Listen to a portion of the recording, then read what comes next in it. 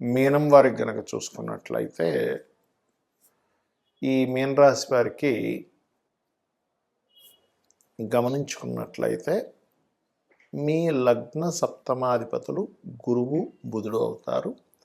దీని మూలంగా మీకు వివాహ జీవితం విషయంలో లేదా వివాహం ఎంపిక చేసుకునే విషయంలో అసలు మీరు ఎటువంటి జాగ్రత్తలు తీసుకోవాలి, వివాహ జీవితం కనుక ఇబ్బంది అవుతూ ఉంటే మీరు ఏ పరిహార మార్గాలు చేసుకోవడం ద్వారా మీరు హ్యాపీగా ఉంటారు అనేటువంటి అంశాలు చెప్తుంది నేనైనప్పటికీ చెప్పిస్తుంది సాక్షాత్ లలిత అమ్మవారిగా భావిస్తూ ఆ లలితాంబిక అమ్మవారి యొక్క అనుగ్రహం పరిపూర్ణంగా మీ అందరికీ కలగాలని మనస్ఫూర్తిగా కోరుకుంటూ, ప్రధానంగా ఇక్కడ మీనలగ్నం వారికి కూడా సప్తమాధిపతి లగ్నాధిపతి గురుబుధులు అవుతారు. కాబట్టి వీళ్ళిద్దరి మధ్యని కమ్యూనికేషన్స్ విషయంలో ఏదైనా ఒక నాలెడ్జ్ షేరింగ్ లాగా ఉండగలిగితే వీళ్ళిద్దరు కపుల్స్ ఖచ్చితంగా బాగుంటుంది.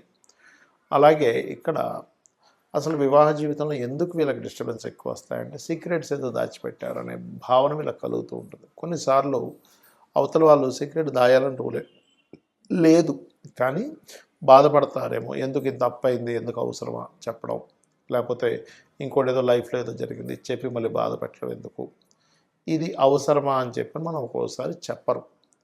దాన్ని మనం తీసుకొని కనుక ఇంత సీక్రెట్ దాచేశారు, ఈ హెల్త్ ఇష్యూ ఉంటే దాచేశారు, లేకపోతే ఇంత అప్పు ఉంటే దాచేశారు, లేకపోతే ఇంతకుముందు మ్యారేజ్కి ముందు ఒక ఎఫ్ఐఆర్ ఉంటే దాచేశారు, ఏదైనా కావచ్చు, ఇది అదే అని కాదు, ఇలాగ దాచిపెట్టిన విషయం మూలంగా అవి ఎప్పుడైనా బయటపడడం వల్ల ఇబ్బందులు వస్తూ ఉంటాయి. కాబట్టి ఈ యొక్క విషయంలో చాలా కేర్గా ఉండాలి. అలాగే అలానే మిమ్మల్ని కంప్లీట్గా అన్నీ ఓపెన్ చేసామని చెప్పట్లే, అంటే అటువంటివి ఏవైనా మళ్ళీ ఫ్యూచర్లో మీకు వస్తాయి, తెర మీదకి వచ్చి మళ్ళీ మీ వివాహ జీవితం ఇబ్బంది అవుతుంది అనుకునేటువంటి విషయాల్లో చాలా జాగ్రత్తలు తీసుకోవాలి వీళ్ళు. అలాగే మీరు ఎక్కువగా బెల్లము దానంగా ఇవ్వడం, బెల్లం గోవులకు తినిపించడం, నువ్వులు దానంగా ఇవ్వడం చేస్తూ ఉంటే కూడా మీకు వివాహ జీవితం విషయంలో ఇబ్బంది అనేటువంటి తగ్గుతుంది. దీంతోపాటు కుంభరాశిలో ఏ గ్రహాలు ఉన్నాయనేది చూసుకోండి. ఏమవుతుంటుందంటే కుంభరాశిలో ఉండే గ్రహాల మూలంగానే మీ వివాహ జీవితం పాడవుతుంటుంది. అంటే ఉదాహరణకి రవి ఉన్నాడు పెద్దవాళ్ళ వల్ల, లేకపోతే తండ్రి రూపంలో, చంద్రుడు ఉన్నాడు తల్లి రూపంలో లేదా అత్తగారి రూపంలో, అంటే వాళ్ళు మీ వివాహ జీవితాన్ని డిస్టర్బ్ చేస్తుంటారు, కానీ ఎవరి వల్ల అవుతుందో అర్థం కాదు, ఎందుకంటే సీక్రెట్ సైన్ అయింది కాబట్టి. ఒక్కోసారి చూడండి, ఎవరో ఏదో మన వివాహ జీవితంలో ఎంటర్ అయిపోయి వాళ్ళు ఇబ్బంది పెట్టేస్తుంటారు, మన వివాహ జీవితం ఇబ్బంది అయిపోతుంటుంది, ఎవరి వల్ల అవుతుందో అర్థం కాదు, క్లారిటీ రాదు. కాబట్టి మీ 12వ స్థానంలో ఉండే గ్రహాలకు సంబంధించిన దానం ఇవ్వడము, మంత్రం చేసుకోవడం చేస్తుంటే ఖచ్చితంగా మీకు బాగుంటుంది. మరియు దీంతోపాటు ఓం శివకామేశ్వరాంకస్త శివా స్వాధీన వల్లభాయ నమః చేయండి, అన్ని విధాలా బాగుంటుంది. ఇక్కడ వివాహం చేసుకునే విషయము మరియు ఈ మ్యాచింగ్ చేసేటువంటి విషయాల్లో ఖచ్చితంగా కొన్ని జాగ్రత్తలు తీసుకోవాలి. అప్పుడు 100% మీ యొక్క వివాహ జీవితం 100% ఆనందంగా దాయకంగా ఉంటుంది. అదేంటో చెప్తాను.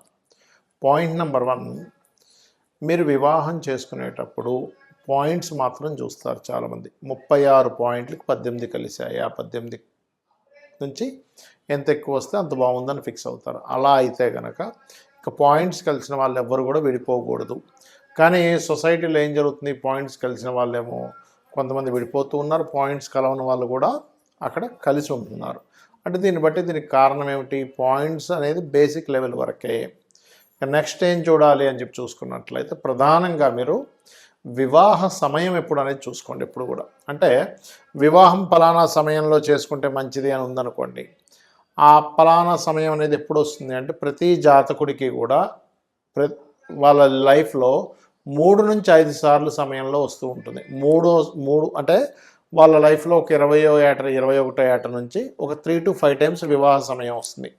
ఆ వివాహ సమయం ఎప్పుడుంది అనేటువంటి విషయాలు ఫస్ట్ మీరు గుర్తుపెట్టుకోండి.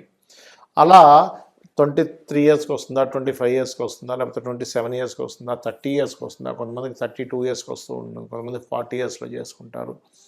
అలాగా 3 to 5 టైమ్స్ వస్తుంది వివాహ సమయం అనేది. అలాగే వివాహం చేసుకోకూడని సమయాలు కూడా వస్తాయి.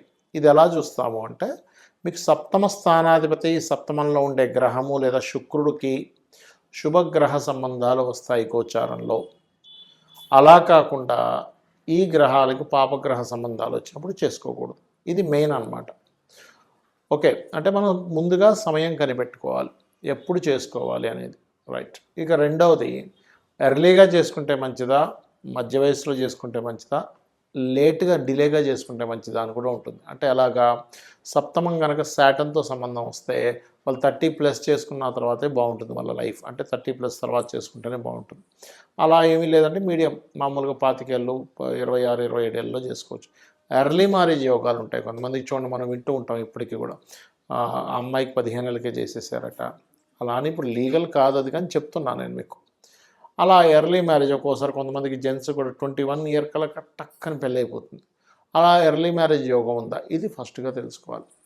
ఇక మూడో విషయం ఏంటంటే, ఇక్కడ మీరు ఎప్పుడూ కూడా వివాహం సమయం విషయంలో కేవలం పాయింట్స్ మాత్రమే కాకుండా వాళ్ళిద్దరి జన్మజాత చక్రాల్లో మూన్ యొక్క స్టార్ని బట్టి పాయింట్ ఒకటే కాకుండా ఆ మూన్ స్టార్స్ మిత్రుల శత్రువుల అనేది కూడా చూసుకోవాలి. అంటే వాళ్ళు కనుక మిత్రులు అనుకోండి, అప్పుడు వాళ్ళిద్దరి మధ్యని మనసులు బాగా కలుస్తాయి.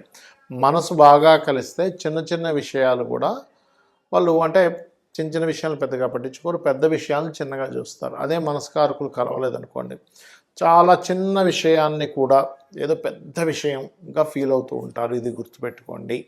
రైట్. ఇక మరొక విషయం ఏంటంటే, ఇక్కడ గమనించినట్లయితే ఇక్కడ చంద్రుడు ఒక్కటే కాకుండా ఆత్మకారకుడు అంటాం, అంటే సోల్మేట్స్ అంటూ ఉంటారు. రవి ఆకర్షణాకారకులు కుజుడు శుక్రుడు ఎంతవరకు కనెక్ట్ అయ్యారు, కేంద్ర కోణాల్లో ఉన్నారా, 2/12 యాక్సెస్లో ఉన్నారా, షష్టాష్టకాల్లో ఉన్నారా చూసుకోవాలి. దీంతోపాటు జీవకారకుడైన గురువు, కర్మకారకుడైన శని, మరియు కమ్యూనికేషన్స్ ఈజ్ మోస్ట్ ఇంపార్టెంట్ వివాహాలను. అంటే ఒకరు చెప్పింది ఒకరు వినాలన్నా, ఒకరు చెప్పింది ఒకరికి అర్థం అవ్వాలన్నా సరే కమ్యూనికేషన్స్ కారకుడు చాలా బాగుండాలి, గుర్తుపెట్టుకోండి.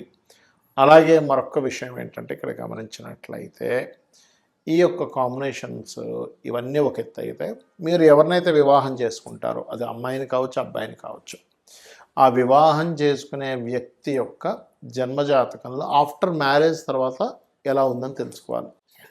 మనం కూడా చూడండి, సినిమాల్లో ఒక వ్యక్తి ఎవరినో ఇష్టపడ్డారు, వివాహం చేసుకొని ఎండ్ కార్డు పడుతుంది. కానీ వివాహం విషయంలో అలా కాదు, వివాహం నుంచే అసలు సినిమా స్టార్ట్ అవుతుంది. కాబట్టి ఏంటి, మనం వివాహం విషయంలో చూడవలసింది ఏంటి, మ్యారేజ్ చేసుకునేటప్పుడు ఆఫ్టర్ మ్యారేజ్ తర్వాత ఎలా ఉంది అని చూసుకోవాలి. దీన్ని మనం ఆఫ్టర్ మ్యారేజ్ తర్వాత అనేటువంటిది 12వ స్థానంలో ఉంటుంది. కాబట్టి 12వ అధిపతి ఎవరయ్యారు, 12వ స్థానంలో ఏ గ్రహం ఉంటే ఏ దానాలు ఇవ్వాలి. ఉదాహరణకి రవి ఉన్నాడు అనుకోండి, గోధుమలు ఇవ్వండి. చంద్రుడు ఉన్నాడు ఉదాహరణకి, మీకు బియ్యం దానంగా ఇస్తూ ఉండాలి. కుజుడు ఉన్నాడు, ఎక్కువ గొడవలు అవుతూ ఉంటాయి, కందులు దానంగా ఇస్తూ ఉండాలి. అలా కాకుండా బుధుడు ఉన్నాడు అనుకోండి, మిస్కమ్యూనికేషన్స్ ఇలాంటివి జరుగుతూ ఉంటాయి, అప్పుడు పెసలు దానంగా ఇస్తూ ఉండాలి. లేదండి గురువు ఉన్నాడు, శనగలు ఇవ్వచ్చు. శుభగ్రహమే కదా, అంటే శుభగ్రహం ఉన్నప్పటికీ కూడా 12వ స్థానంలో అది పాడైతే కనుక ఇబ్బందులు ఇస్తూ ఉంటుంది. ఒక్కోసారి రెండు గ్రహాలు ఉంటాయి, శనికేతువులు కలిసి ఉంటారు, అప్పుడు ఆ 2 గ్రహాలకి ఇవ్వాలి. అలాగా శుక్రుడు బొబ్బర్లు దానంగా ఇవ్వడం మంచిదే. యాక్చువల్గా శుక్రుడు 12లో ఉంటే చాలా మంచిది చెప్పాలంటే. అలాగే శని ఉన్నాడు అనుకోండి, నువ్వులు దానంగా ఇవ్వడం. రాహు అయితే మినుములు, కేతు అయితే ఉలవలు దానంగా ఇవ్వడం చేస్తుండాలి. ఈ రకంగా మీరు కనుక 12వ స్థానంలో ఉండేటువంటి గ్రహానికి దానం ఇవ్వడము, మ్యాచింగ్ విషయంలో ఈ జాగ్రత్తలు కనుక తీసుకున్నట్లయితే ఖచ్చితంగా మీకు బాగుంటుంది.